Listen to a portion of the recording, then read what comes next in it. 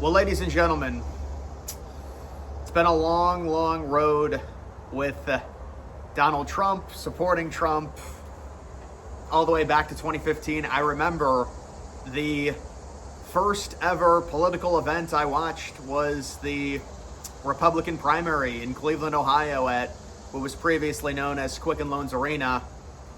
And as a 15-year-old, I became enthralled with Donald Trump and supporting Trump. I've always been conservative, and it seems like, I don't know if I would say the MAGA movement or younger people in general, it seems like Trump at this point, with the handling of the Epstein stuff, is kind of being passed by a lot of younger people. And a lot of this ties into younger people being very anti-Israel, waking up to the involvement Israel has with us, and Donald Trump seemingly supporting that. And so it's becoming harder and harder to defend Trump. Will this really fracture MAGA, or is this just another kind of localized thing that's happening right here, right now, that potentially will be forgotten about? That is kind of the argumentation that people are operating under at this point. And it's hard to really say, because it seems like with every major event, there's always these crazy hot takes. Everyone says this is the best thing or it's the worst thing, and then in a week everyone forgets about it. The problem with the Epstein stuff, it's such a distinct issue when you're dealing with someone like Trump, who said he was going to expose everything, who supposedly was not part of the swamp, do a complete 180, and we can try and explain it away, and maybe there is some crazy 4D plan to this, that where it's Trump making himself look bad because there's a bigger story that we're not bevy to, but it seems extremely unlikely. And it's been a long, long road, and we're just gonna have to see what Trump ends up doing from here on out. But I know a lot of young people are, I don't want to say fully losing support of Trump, but there certainly is a growing sentiment. I mean, there already was with young people that I guess Trump is not right-wing enough for them. There's certain things that Trump does that is very boomerish. And I mean, just the lack of understanding, the complete tone-deaf behavior when it comes to the Epstein stuff it's very hard to stomach. It really is. And you think, well, maybe there's something more to the story. It does seem like maybe Israel has something on Trump and they want this to go away immediately. And Trump is saying, whether it's blackmail, although I find it hard to believe considering Trump is the most vetted candidate probably in America, running 3 times for president. Maybe they do have something on him and he's forced to do this and it makes him look really bad, and Israel wants this to go away. It's hard to really understand why Trump has chosen to take this route, because it does just look like covering up, and it's a terrible thing. It's a very hard pill to swallow. And Trump, as someone who, he has sacrificed a lot, and certainly he's got a lot of fame. He's going to be in pretty much every American history book, outside of the liberal ones that want to forget about him, I guess. But even they'll talk about him in an extremely negative light. You know, Trump could have died in a random small town in Pennsylvania in July of 2024 in 85-degree weather. And I'm just thinking to myself, could this really be the thing that doom? And I'm just thinking to myself, you know, Trump is done. The runway is over. There's no re-election. He's not going to run in 2028. Is this seriously what's going to tarnish Trump's legacy, sweeping the Epstein stuff under the rug? I mean, you've got Democrats now who, by the way, it's completely disingenuous, arguing that they want to see the Epstein files now after saying for years, because if you remember, who was the first person to really bring up the Epstein stuff in a political sense? It was Donald Trump, all the way back before he was even the Republican nominee in 2015, when he said Bill Clinton had a big problem with Epstein. That's why the idea that Trump would be in these files in any significant way that could damage him severely seems ridiculous. Because why would Trump bring it up all the way back in 2015?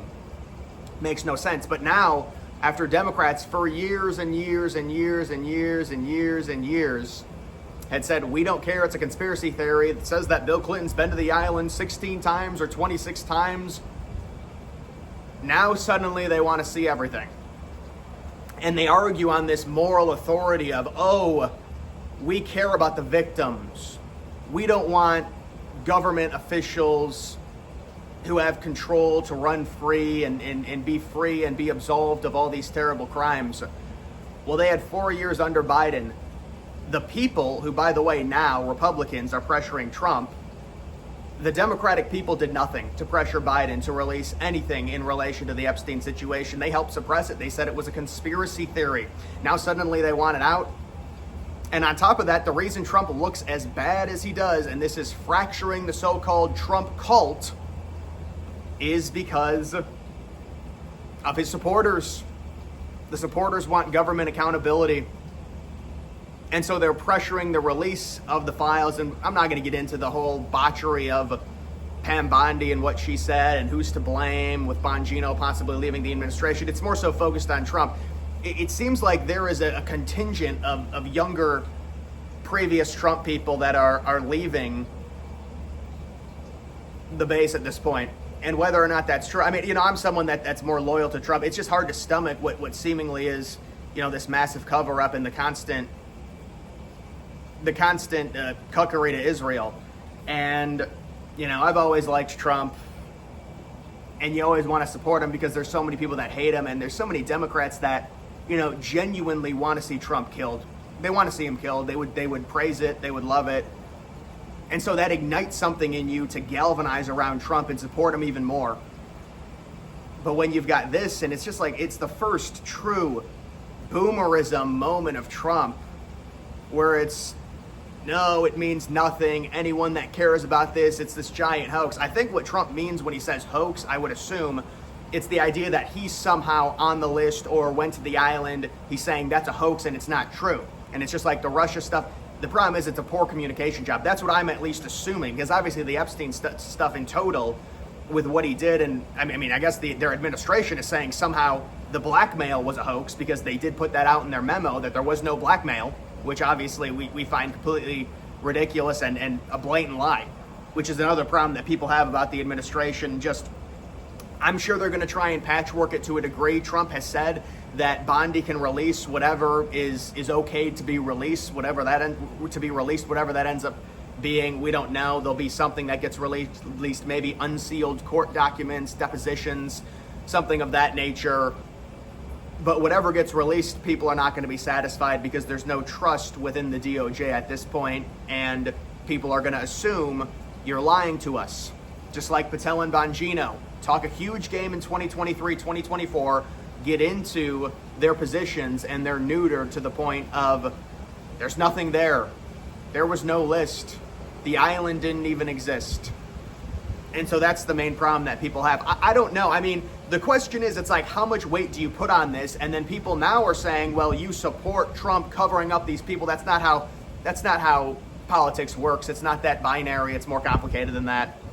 But these people, they want to say, oh, it's option A or option B. Well, what about the option when the Democrats were running things and they didn't release a single thing? And I guess you could say this technically is worse because this is Trump actively trying to eliminate Epstein from the American political vocabulary to where we're not supposed to talk about it anymore because supposedly they found nothing. And I'm sure the Democrats are perfectly fine with that. Now they're doing their posturing where they're saying we want it released. I really don't think they do. I wonder how Bill Clinton would feel about it being released. Do you think him as a Democrat, although maybe in 2025, you look back in the 90s, Bill Clinton would be seen as more of a Republican. That's neither here nor there. The point is that this has been a total botched operation by the administration, and you just have to wonder, how does this get cleaned up, and does it get cleaned up in a way where people, you would have to assume people are still going to support Trump. I mean, there has to still be the core base support, even though people are mad. It's not like this binary, oh, he's covering up. I mean, you could assume that there's something behind the scenes that has happened that has caused Trump to say, we can't release this. And I don't think he's on the list. I think it's complicated in terms of the files themselves, because the files are so large, and Trump had interactions with Epstein. Many people did. That was what Epstein's specialty was. It was befriending very wealthy individuals and gaining leverage over them. I don't see how it can truly be fixed at this point. You'd have to bring somebody huge down to satisfy the base. But maybe there'll be another huge situation in a week or two and people will kind of brush it under the rug. I don't know. But it's a terrible dynamic either way.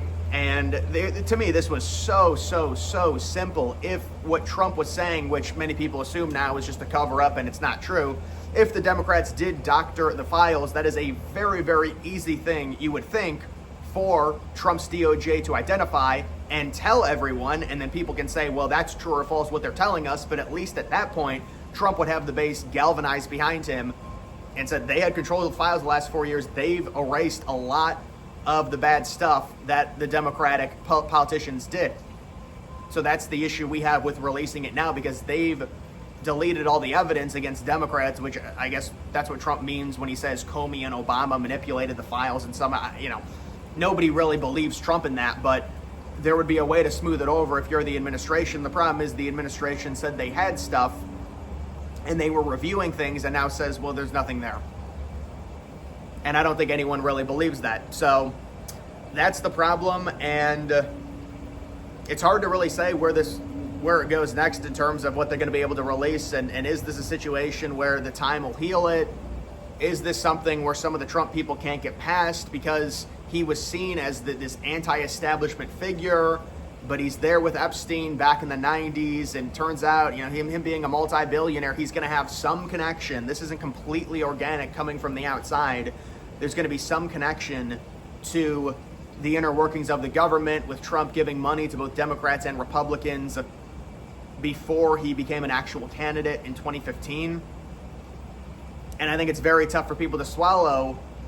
The person you think was against all of this was in some cases, operating within it. And I'm not saying Trump is guilty of the really bad, heinous Epstein stuff. I don't know how that would be covered up outside of it being a huge government conspiracy where so many of the top Democrats and Republicans are guilty. It's a bigger problem than just the idea of it being Trump. So there's a number of different ways you can approach this and think about it. But right now there seems to be a bit of a fracture, and we'll see if the time will heal it. We'll see if they're going to give us some type of breadcrumbs, I'm sure, in terms of something coming out. But something changed within the administration. I think Pam Bondi was going to release something, and she got told behind the scenes, you're not going to release this. And the reason is because X, Y, and Z, take your pick. They've got something on Trump that they're going to share if you release this. I don't know. I'm just speculating, but there's something happened behind the scenes. I don't think Pam Bondi would say, we've got all this stuff, and then say, oh, I'm sorry, I over-exaggerated and lied about having this stuff. The Attorney General lying about having evidence that you're supposedly going to release in your so-called Phase 2. Because they dram it up like the Phase 1 and the Phase 2. Where is Phase 2? There's something that happened, and it's unfortunate. So we'll have to see, guys, but right now it seems like there's a big-time fracture. And there was a fracture with the Iran strikes, but that was a lot smaller, and that was explained away a lot easier as, being a very positive thing, at least the result of the strikes, which was a get-in, get-out operation. Now we can argue, well, will this lead to Iran galvanizing around the idea of getting a nuclear weapon as a deterrent now because of the strikes, and it could possibly make things worse? I don't think Trump is going for any type of crazy regime change with Iran. If it gets to that, I think, especially with this Epstein stuff, now you're talking about a compound effect. It's going to be very hard. The defense of Trump is going to become very hard. This thing again with Epstein, we can try and explain this away like the Democrats, but it's not even a Democratic issue. It's a bigger problem with Trump, rather than it just being, well, look at the hypocrisy by the Democrats.